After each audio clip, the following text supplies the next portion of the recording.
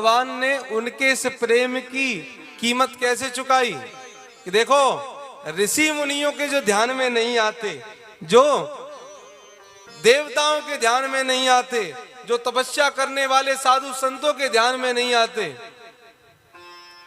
वो सहज रूप में ही गोपियों को मिल रहे हैं। और कैसे मिल रहे हैं? कोई गोपी काम कर रही है तो पहुंच गए, काम नहीं करती रहेगी,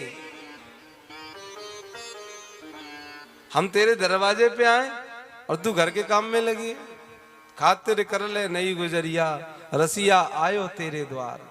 बोल, रसिया तो तेरे द्वार आयो है। जिनके दर्शन के लिए ऋषि मुनि गंधर्व तरसते हैं और भगवान उनके पीछे पीछे डोल रहे। एक बार एक गोपी यमुना जी पे आंख बंद करके बैठी, आंख बंद करके भगवान का ध्यान कर रही। नारद जी ने कही, नारद जी वहां से जा रहे, नारद जी ने करे राम राम राम राम। संतों को तो ध्यान करते खूब देखा है, ब्राह्मणों को देखा है, देवताओं को देखा है, पर ये ब्रज की गोपी ध्यान कर रही है, कमाल की बात है। अब नारद जी के तो पेट में दर्द हुआ, तो नारद जी गोपी के पास पहुंच गए। जैसे गोपी ने नारद जी को देखा, आंख खोली तो दंडवत प्रणाम किया, बाबा आप आयो, बड़ी कृपा करी। बाबा बोले मैं आ तो गया, पर गोपी तू आंख बंद करके किसका ध्यान कर रही है? गोपी बोली बाबा मैं बेचारी आपत की मारी किसी को ध्यान ना कर रही। तो गोपी बोली बाबा बहुत लंबी कहानी है, फुर्सत हो तो सुनाऊं। बाबा बोले हाँ हाँ गोपी, मैं तेरी कहानी सुनवे तो आया हूं। अरे जाके संग दिन रात कन्हैया रहे, वो किसको ध्यान लगा रही है?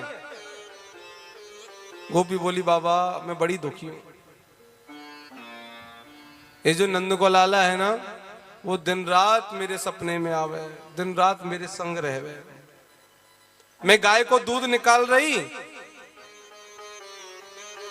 तो इतने में तो कन्हैया आ गए और बोले भाभी सबरो दूध निकाल लेगी, कछु हमको पिवा दे। हाँ मैंने की लाला बड़े अच्छे समय पे आयो लियो। तो मैंने गाय के दूध का एक थन कन्हैया के मुख में देना प्रारंभ कर दिया। बाबा मैं बड़ी प्रेम में आनंद में बाबा कन्हैया को दूध पिला रही हूँ, कन्हैया चप चप करके दूध पी रहे हैं। बहुत देर हो गई दूध पिलाते पिलाते, अब मेरा ध्यान आंख तो जब खुली जब सास ने गाली दे वो चालू करो, अरे बहू ये दूध सारो जमीन में जा रहे हो, किसको पिला रही है? बाबा मैंने आंख खोल के देखी तो वहां कोई कृष्ण नहीं, मेरी कल्पना का ही कृष्ण को मैं दूध पिला रही थी। बाबा मेरी सास ने 1000 गाली मोकू दी और मुझसे बोली मुंह फाड़ के का देख रही है, जा जाके धान कूट ले। अब बाबा मैं धान कूटने चली गई ओखली में। अब जैसे ही धान कूटने लगी तो दोबारा ते आ गयो, जो भाभी सास ने कछु ज्यादा कह दी का। मैं बोली ना ना कन्हैया ही तो सास को ऐसा ही काम है, तुम पर बढ़िया है, मेरा मन लग जाएगा। तो बाबा मैं तो कन्हैया से बात करने लग गई।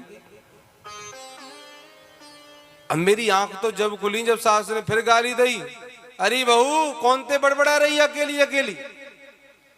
और बाबा मैंने आंख खोल के देखा वहां कोई कृष्ण नहीं, मैं अपने ही मन के कन्हैया से बात कर रही थी।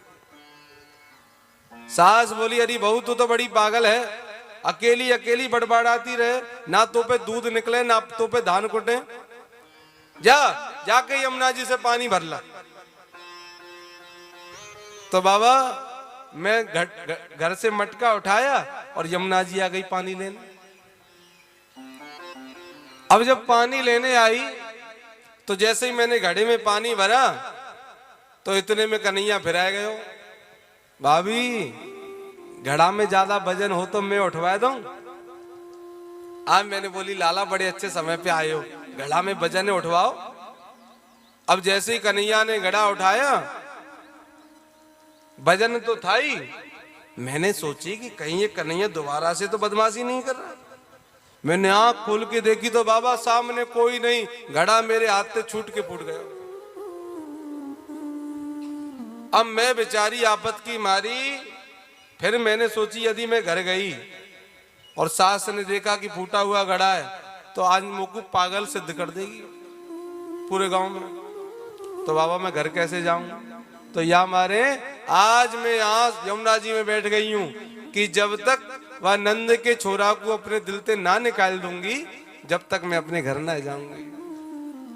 जैसे ही नारद जी ने यह बात सुनी उस गोपी के चरण अपने माथे पे धर लिए। अरे गोपी तू धन्य है, तू धन्य है, जिसके पीछे पूरा संसार लगो है, जिसके पीछे देवता ऋषि मुनि सब लगे, और वो कन्हैया तुम्हारे पीछे ऐसा लगो है कि रात दिन कभी कन्हैया उनसे दूर ही नहीं होता। श्याम तन श्याम मन श्याम ही हमारो धन, आठों याम उदो हमें श्याम ही सो काम है। श्याम ही है श्याम पिए, श्याम ही है प्राण प्रिय, आधे की सिलाकरी आधार श्याम नाम है, आधे की सिला